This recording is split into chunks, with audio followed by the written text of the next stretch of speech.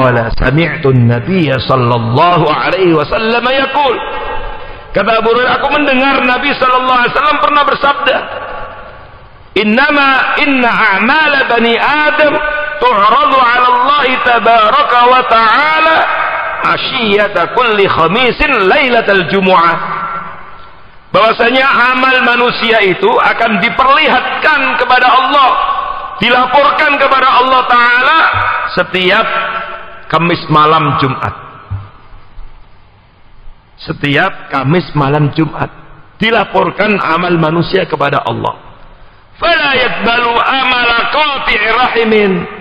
Dan Allah Subhanahu wa taala enggak menerima perbuatan orang yang memutus silaturahim. Assalamualaikum warahmatullahi wabarakatuh.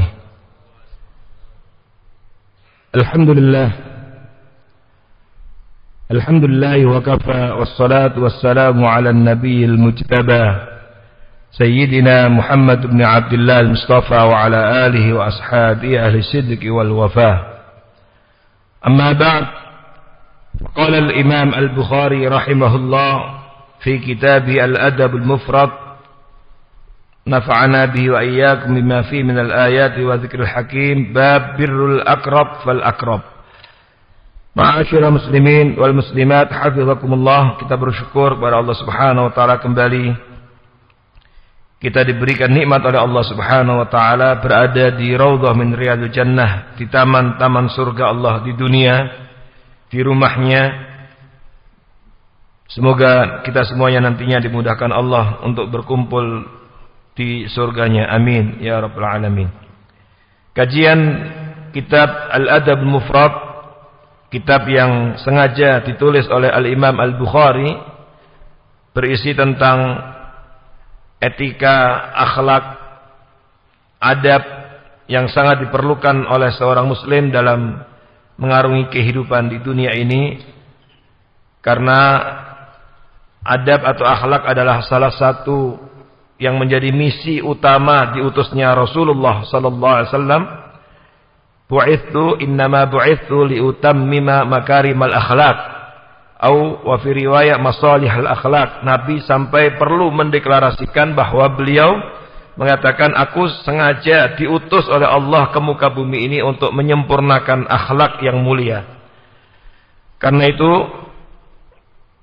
konten yang disuguhkan Imam Bukhari melalui taujihat nabawiyah, hadis-hadis Nabi yang khusus berkaitan dengan adab, akhlak yang dihimpun dalam kitab Al-Adab Al-Mufrad adalah taujihat nabawi yang sangat penting, yang tentu saja tidak cukup hanya sekedar kita nikmati secara intelektual, tamattu akli, tetapi lebih daripada itu kita amalkan dalam kehidupan kita, kita ajarkan kepada keluarga kita, kita ajarkan kepada anak-anak kita, masyarakat kita, sehingga dengan demikian insyaallah itu akan bisa menjamin untuk diselamatkan dari api neraka dan dimudahkan untuk memasuki surganya. Amin ya rabbal alamin. Bab kajian kitab kita, kajian ini kita masuk pada bab yang ke-30, yaitu Imam Bukhari mengatakan bab birrul aqrab fal aqrab. Ya, bagaimana kita mengedepankan skala prioritas dalam silaturahim, dalam berbuat baik terhadap keluarga. Yang namanya keluarga itu besar, banyak jumlahnya. Tetapi mana yang lebih kita prioritaskan? Mana yang paling kita kedepankan agar kita tidak terancam oleh ancaman memutus silaturahim? Maka hadis-hadis yang ada dalam bab ini, ada sekitar 3 hadis, memberikan arahan penting kepada kita bagaimana kita perlu memiliki skala prioritas dalam silaturahim, dalam melaksanakan kebaikan dan ibadah ini. Karena banyak orang yang kadang-kadang waktunya terbuang dengan dalih silaturahim, tetapi ternyata itu tidak masuk dalam skala prioritas. Maka di sini kita diingatkan tentang, kata Imam Bukhari, bagaimana kita berbakti kepada keluarga itu dimulai dari al-aqrab, tsummal aqrab, fal aqrab. Dimulai dari yang paling dekat dulu, lalu berlanjut berikutnya. Haddatsana Haywah bin Syurai qala haddatsana Baqiyah an Bahir an Khalid ibn Ma'dan anil Miqdam ibn Ma'di Karib. Ini dari hadis ini didapatkan Imam Bukhari dari gurunya, langsung bersambung sampai kepada sahabat Nabi yang bernama Al-Miqdam ibn Ma'di Karib. Dan kalau kita perhatikan Bapak Ibu Saudara sekalian, Imam Bukhari mendapatkan hadis ini itu dari gurunya. Jarak antara beliau dengan Rasulullah SAW itu ada 5 generasi. Ya. Tadi gurunya Haywa, lalu gurunya Baqiyah, lalu Bahir, lalu Khalid, lalu Miqdam. Ini sahabat. Lalu langsung Rasulullah SAW. Nah, kalau kita perhatikan di dalam Sahih Bukhari, Imam Bukhari ya, adalah guru-gurunya atau jarak antara Imam Bukhari dengan Rasulullah, sanad yang dalam ilmu hadis disebut dengan sanad, kumpulan para perawi hadis, itu jaraknya antara 5 dan 6. Yang di hadapan kita ini adalah 5 generasi. Bayangkan, berarti sangat dekat sekali. Beliau memang ada pada generasi setelah tabi'in.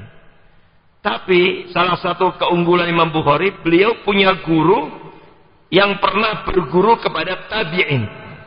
Jadi beliau ada di generasi tabi'in. Ya, jadi setelah tabi'in. Karena beliau abad kedua Hijriah. Tapi keunggulan beliau punya guru, dan gurunya itu ada yang pernah berguru langsung kepada tabi'in. Nah, inilah jadi jaraknya dekat sekali.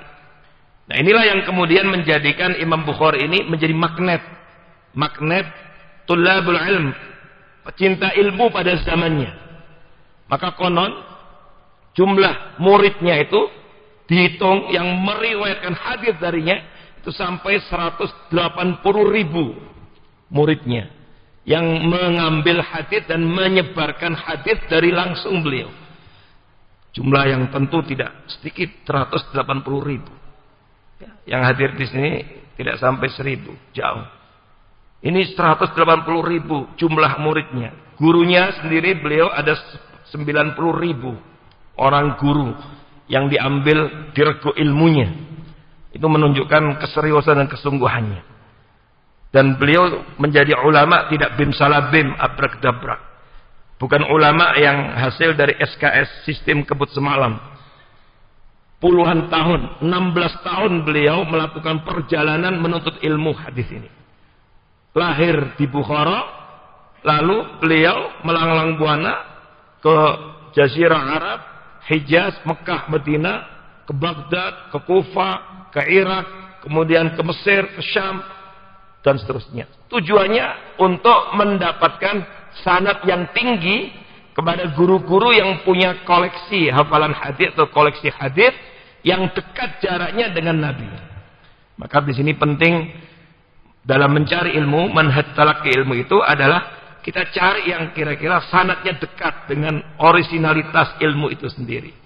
Nah, maka ketika kita baca kitab Imam Bukhari ini, beliau hanya 5 orang sampai kepada Rasulullah SAW.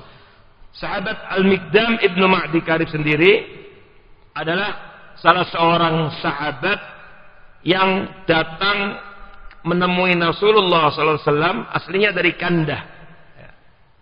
Makanya Ma'di Karib, dan wafat tahun 87 Hijriah. Ada sekitar 447 hadis yang diriwayatkan dari Rasulullah SAW. Ya. Artinya beliau ini datang bukan asli penduduk Madinah, jauh-jauh datang, kemudian menimba ilmu dari Nabi, dan kemudian berjasa meriwayatkan dari Nabi sekitar 447 hadis. Salah satunya hadis ini.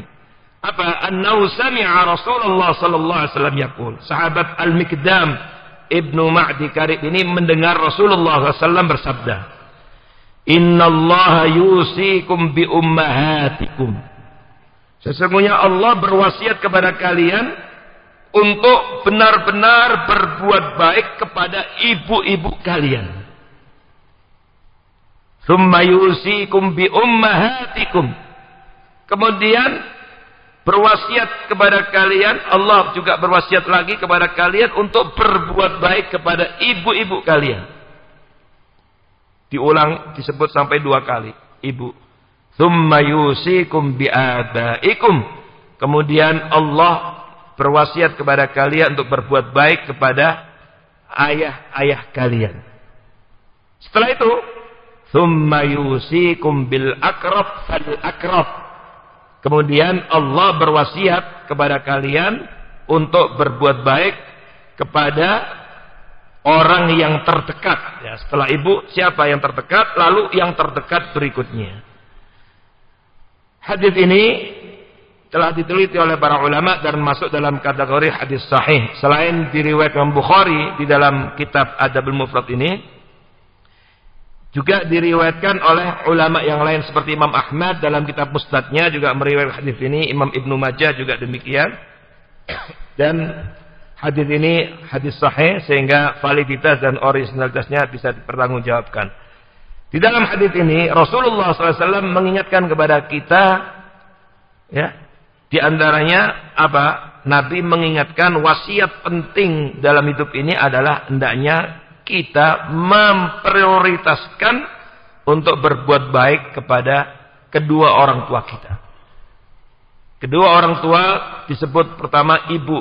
Maka dalam hadis yang lain, ya Rasulullah, seorang sahabat tanya kepada Nabi, siapa orang yang paling nomor 1 aku persembahkan berbuat baik? Ibumu, ibumu, ibumu, sampai 3 kali. Ini menunjukkan kedudukan seorang ibu dalam kehidupan kita. Dan kemudian disebut ayahmu. Ini artinya seseorang hendaknya menetapkan skala prioritas. Jangan sampai ada orang yang dengan temannya, Masya Allah, luar biasa baiknya. Dia punya circle, komunitas, baiknya luar biasa.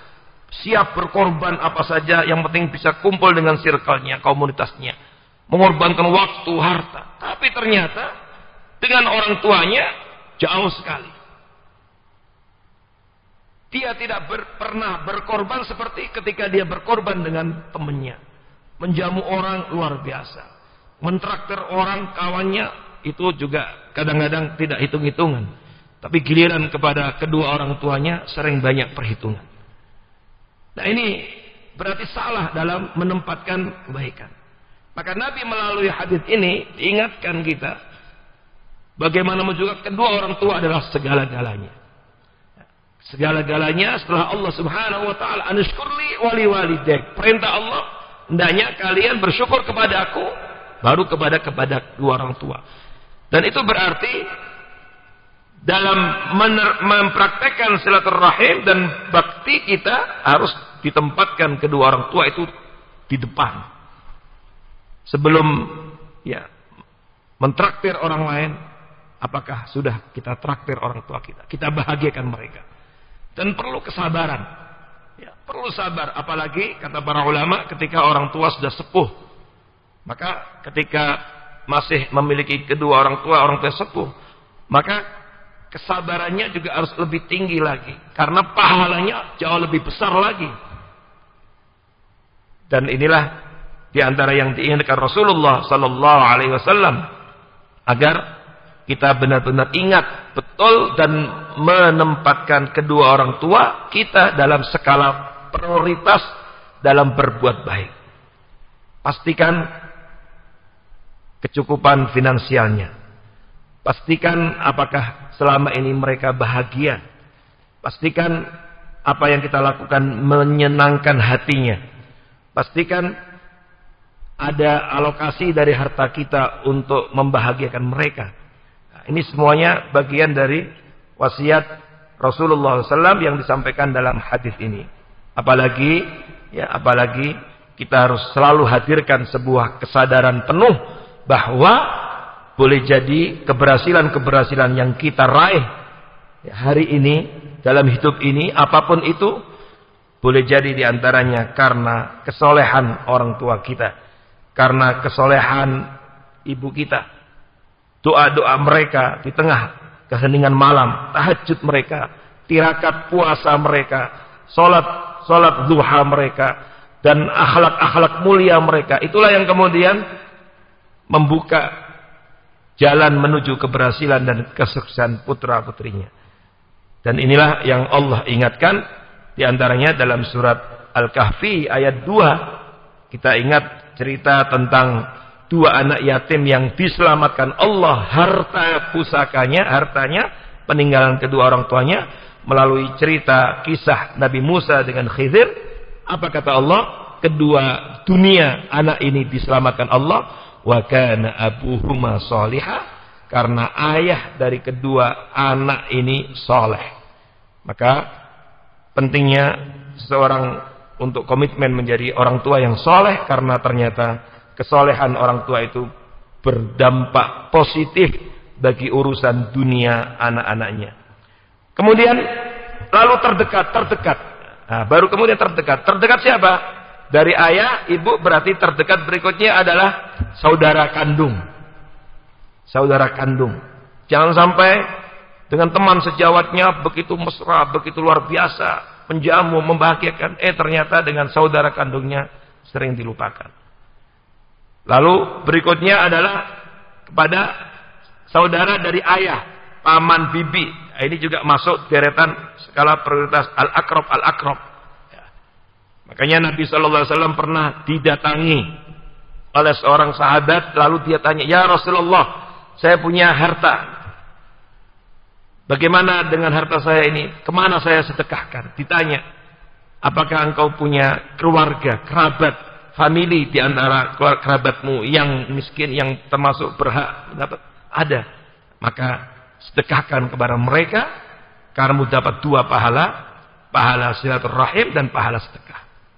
Nah, maka ini menjadi perhatian. Jadi al-akrab wal akrab. Jadi jangan sampai ya seseorang memiliki harta tapi ternyata tidak tahu skala prioritasnya.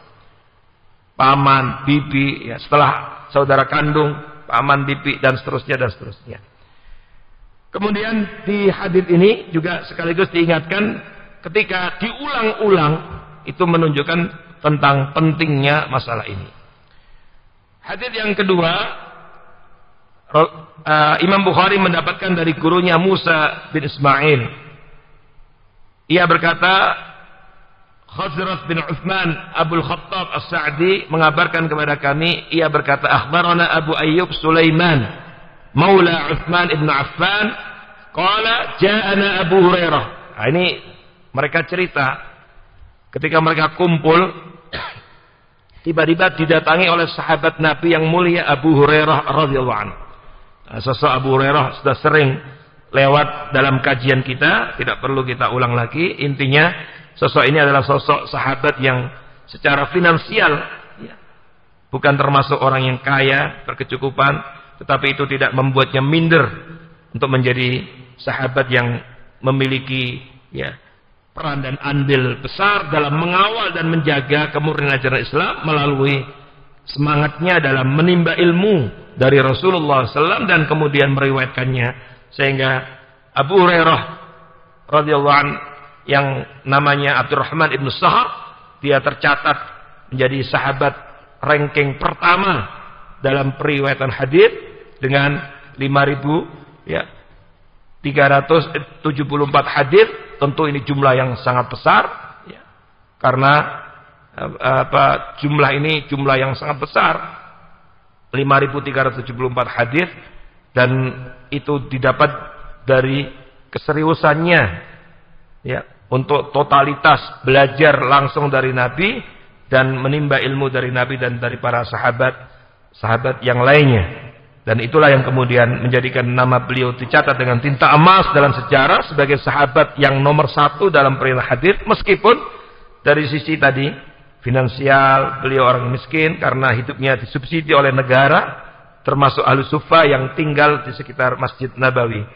Beliau diceritakan ja'ana Abu Hurairah. Suatu ketika di malam Jumat hari Kamis, Abu Hurairah mendatangi kami. Faqala uharriju ala kulli qati'i rahimin lamma qama min indina. Langsung beliau langsung mengancam. Kata beliau, aku akan membuat orang yang tidak nyaman yang memutus silaturahim. Kata beliau, siapa di antara kalian yang memutus silaturahim, tolong berdiri dan keluar dari majelis ini. Disuruh berdiri dan disuruh keluar. Siapa di antara kalian yang sekarang memutus silaturahim, tolong berdiri dan keluar dari majelis ini. Wah, tentu bikin heboh. Semua orang yang hadir di majelis itu diam semua. Falam yakum ahadun hatta qala thalatha. Enggak ada seorang pun yang berdiri. Padahal dia sudah ulang-ulang sampai 3 kali. Nah, lalu setelah itu apa? Fa'ata fatan ammatan lahu qad saramaha mundu sanatain. Lalu diriwayatkan dalam hadis ini, enggak lama kemudian ada seorang anak muda tiba-tiba dia mendatangi bibinya yang telah diputus silaturahimnya selama 2 tahun. Udah 2 tahun nggak pernah berkabar, nggak pernah nongol, nggak pernah datangi bibinya. Tiba-tiba kok datang setelah 2 tahun itu. Fadakhala 'alaiha, lalu dia masuk ke rumah bibinya. Faqalat lahu, maka bibinya kaget. Ya bena akhi, ma ja'a bika. Wahai anak saudaraku, yaitu ponakan. Ponakanku, tumben, ada apa denganmu? Sekian lama nggak pernah kelihatan, kok tiba-tiba datang? Qala, dia kemudian mengatakan, sami'tu Abu Hurairah yaqul kadza wa kadza. Tadi aku mendengar Abu Hurairah marah-marah. Dan dia mengatakan, mengancam ketika kami sedang duduk. Siapa yang memutus silaturahim disuruh keluar. Berdiri dan suruh keluar. Saya malu, saya nggak berani berdiri, nggak keluar. Tapi sekarang langsung, habis itu saya langsung mendatangi bibi. Karena sudah terlalu lama saya tidak silaturahim. Qalat, lalu bibinya mengatakan, irji ilaihi fasalu. Kalau begitu kamu kembali lagi ke Abu Hurairah. Tanya kepada Abu Hurairah. Lima qala dzalik. Kenapa kok Abu Hurairah kok marah-marah sampai seperti itu? Ingin mengusir di majelis itu orang yang memutus silaturahim. Karena pergi, temui dia. Qala. Lalu anak muda ini pergi menemui Abu Hurairah. Begitu ketemu Abu Hurairah, baru kemudian Abu Hurairah menjawab penasaran tadi. Kenapa dia kok marah-marah sampai seperti itu? Qala sami'tu an-nabiy sallallahu alaihi wasallam yaqul. Kata Abu Hurairah, aku mendengar Nabi sallallahu alaihi wasallam pernah bersabda, inna a'mal bani Adam tu'radu 'ala Allah tabaraka wa ta'ala 'ashiyata kulli khamisin lailatal jumu'ah." Bahwasanya amal manusia itu akan diperlihatkan kepada Allah, dilaporkan kepada Allah Ta'ala setiap Kamis malam Jumat. Setiap Kamis malam Jumat dilaporkan amal manusia kepada Allah. Fala yaqbalu amala qati'i rahimin. Dan Allah Subhanahu wa taala enggak menerima perbuatan orang yang memutus silaturahim. Pantas Abu Hurairah marah-marah. Berarti kalau dia sedekahnya enggak diterima, ibadahnya enggak diterima, amal solehnya enggak terima, gara-gara memutus silaturahim. Maka memutus silaturahim seperti dalam Al-Quran surat Muhammad itu dianggap al-ifsad fil ardh, dianggap orang yang membuat kerusakan di muka bumi, karena dampaknya multi efek. Dampaknya itu dampaknya luas, kelihatannya biasa tapi ternyata berdampak luas bagi munculnya keburukan-keburukan, termasuk diantaranya ancamannya tidak diterima amalnya ketika memutus silaturahim. Dan ini tentu saja sesuatu yang sangat-sangat berbahaya, sehingga seseorang tidak boleh meremehkan. Maka belajar dari hadis ini, mari kita data, mari kita inventarisir. Siapa di antara kerabat-kerabat dekat kita yang selama ini belum atau terlalu lama tidak kita silaturahim? Mumpung sekarang kita masih ada gadget, masih ada handphone, minimal disapa, ditanya keadaannya. Syukur kalau kemudian kita mendapati ada hal-hal yang bisa kita bantu secara finansial barangkali dalam kondisi yang kekurangan finansial. Atau kalau dia dalam kondisi sakit, kita bantu dengan doa. Dan tentu saja itu akan sangat membahagiakan ketika seorang sekian lama tidak pernah didengar suaranya, maka kemudian suara itu tentu akan banyak menghibur hati kerabat dan keluarga kita. Adik-adik, abang-abang, empok-empok, ya, enceng-enceng, orang Betawi bilang, dan lain sebagainya, itu tentu perlu untuk mendapatkan perhatian, minimal sapaan. Syukur kalau kemudian di hari-hari libur ada kita korbankan waktu untuk bisa mengunjunginya, mendatanginya. Maka ini adalah pelajaran yang luar biasa. Sampai-sampai Abu Hurairah tidak ingin di majelisnya itu ada orang yang memutus silaturahim. Kenapa? Karena beliau radhiyallahu paham betul dampak efek negatif dari adanya orang yang memutus silaturahim. Majelisnya akhirnya terputus dari rahmat. Khawatir dijauhkan dari keberkahan. Rumah tangganya khawatir jauh dari sakinah mawaddah warahmah karena memutus silaturahim. Inilah Bapak Ibu saudara sekalian, pentingnya silaturahim dan sekaligus bahayanya ketika seseorang memutus silaturahim. Maka Abu Hurairah radhiyallahu sampai marah dan perlu mengulang untuk menegaskan 3 kali tidak ingin di majelisnya itu ada orang yang memutus silaturahim. Maka anak muda tadi langsung sadar karena merasa bahwa dia sudah 2 tahun belum mendatangi dan mengunjungi bibinya. Maka dia langsung tersinggung dan kemudian sadar dan akhirnya langsung didatangi bibinya dan dia baru tahu ternyata kemarahan Abu Hurairah radhiyallahu anhu itu berdasar karena Rasulullah SAW telah mengingatkan bahwa setiap malam Jumat amal manusia itu dilaporkan di hadapan Allah Subhanahu wa taala dan ternyata pada malam itu tidak diterima amalnya orang yang memutus silaturahim. Terakhir, Bapak Ibu hafizakumullah, hadis yang ketiga yang ada dalam bab ini, Imam Bukhari mendapatkan dari gurunya yang bernama Muhammad bin Imran bin Abi Layla. Lalu gurunya mengatakan, haddatsana Ayyub bin Jabir Al-Hanafi, akhbarana Adam bin Ali an Ibnu Umar. Nah, kalau kita lihat di sini sampai kepada sahabat Abdullah bin Umar itu hanya 4, ya, hanya 4. Berarti selanjutnya setelah itu ke Nabi berarti 5. Jadi Imam Bukhari mendapatkan hadis ini yang bersumber dari Abdullah bin Umar sangat dekat sekali. Dan Abdullah bin Umar radhiyallahu anhuma adalah anak dari sahabat Umar ibn Khattab radhiyallahu anhu. Seorang sahabat yang juga termasuk banyak meriwayatkan hadis. Dan karena hadis ini bersumber dari Abdullah ibn Umar radhiyallahu anhuma, maka ini yang disebut dengan hadis mauquf. Ya. Kalau hadis marfu' bersumber dari Nabi, ucapan, perbuatan, persetujuan. Kalau bersumber dari sahabat disebut dengan mauquf. Inilah yang dikenal dengan mauquf. Hadis mauquf karena bersumber dari sahabat. Kalau dari tabi'in disebut dengan hadis maqtu'. Kalau disandarkan hadis itu kepada Allah, itulah yang disebut dengan hadis qudsi. Yang disandarkan kepada Allah, yaitu maknanya dari Allah, lafaznya dari Nabi. Abdullah bin Umar ini termasuk sahabat yang nomor 2 setelah Abu Hurairah dalam meriwayatkan hadis.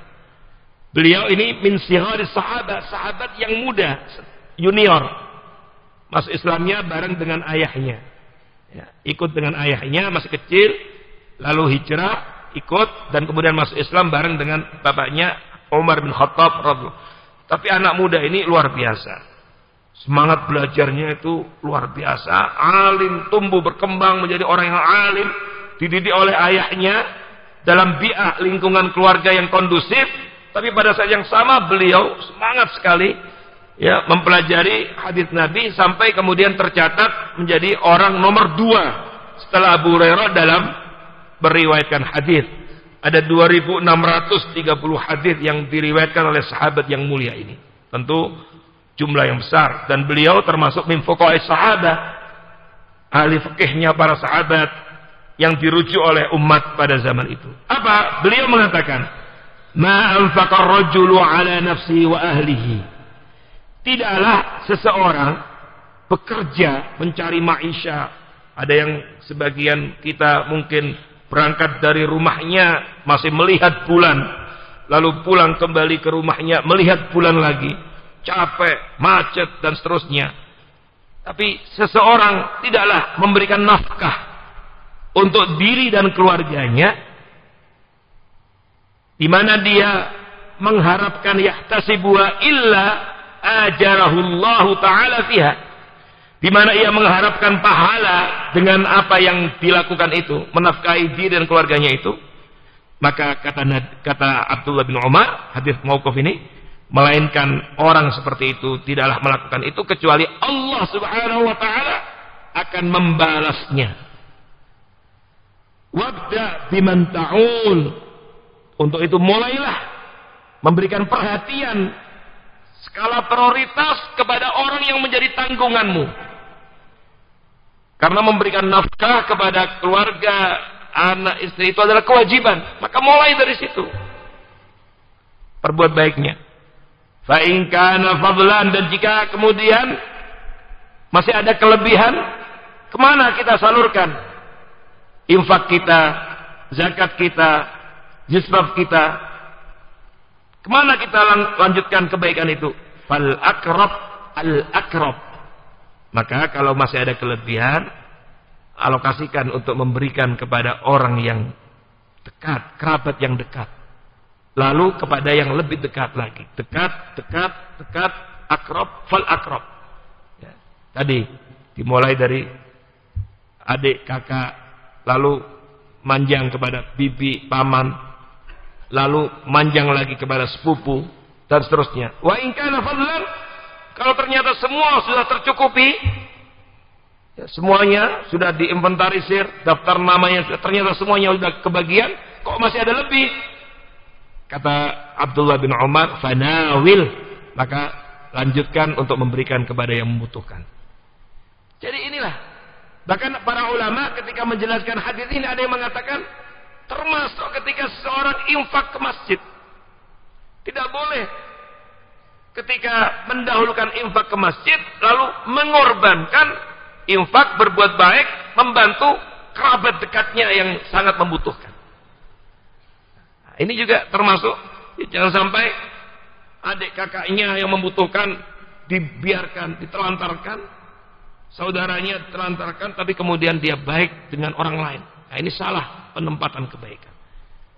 Maka Nabi mengatakan, wabda biman ta'ul, mulai dari yang menjadi tanggungan.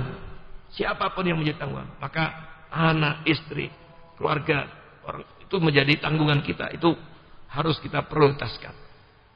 Inilah Bapak Ibu hafizakumullah, ya, hadis yang mengingatkan kepada kita ternyata keringat kita, ya, capek dan lelah kita dalam bekerja mencari ma'isyah, ternyata semua itu tidak ada yang percuma. Semua itu ternyata kalau niat kita niatkan untuk mengharapkan pahala di sisi Allah, ternyata semuanya bernilai ibadah. Jadi kepergian kita dari rumah sejak pagi hari, pulang sore hari, setiap hari, aktivitas rutinitas kita dalam mencari nafkah, semuanya itu ternyata akan mendapatkan balasan di sisi Allah Subhanahu wa taala, dan itu termasuk ibadah. Makanya dalam hadis yang lain, suatu ketika Nabi ketika bersama dengan para sahabatnya, tiba-tiba lewat anak muda terburu-buru. Lalu Nabi mengatakan, anak muda ini kalau dia buru-buru untuk mencari nafkah untuk diri dan keluarganya, fahuwa fi sabilillah, maka dia sesungguhnya berada di jalan Allah. Nah, karena itu mari terus kita luruskan niat kita dalam bekerja mencari nafkah ini untuk semata-mata mengharap ridha Allah Subhanahu wa taala, agar capek dan lelah kita, waktu yang kita korbankan setiap hari, itu semuanya bernilai ibadah dan mendapatkan pahala di sisi Allah Subhanahu wa taala.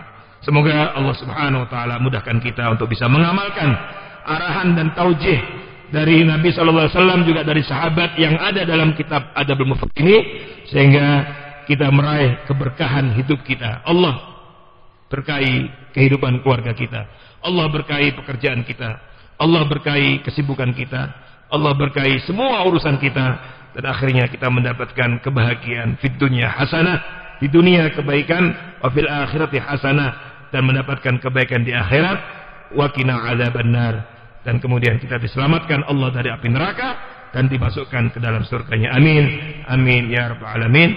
Kita tutup dengan baca doa kafaratul majlis. Subhanakallahumma wa bihamdika asyhadu an la ilaha illa anta astaghfiruka wa atubu ilaik. Aqulu qawli hadza astaghfirullahi wa lakum wa fawqa kulli dzin alim. Assalamualaikum warahmatullahi wabarakatuh.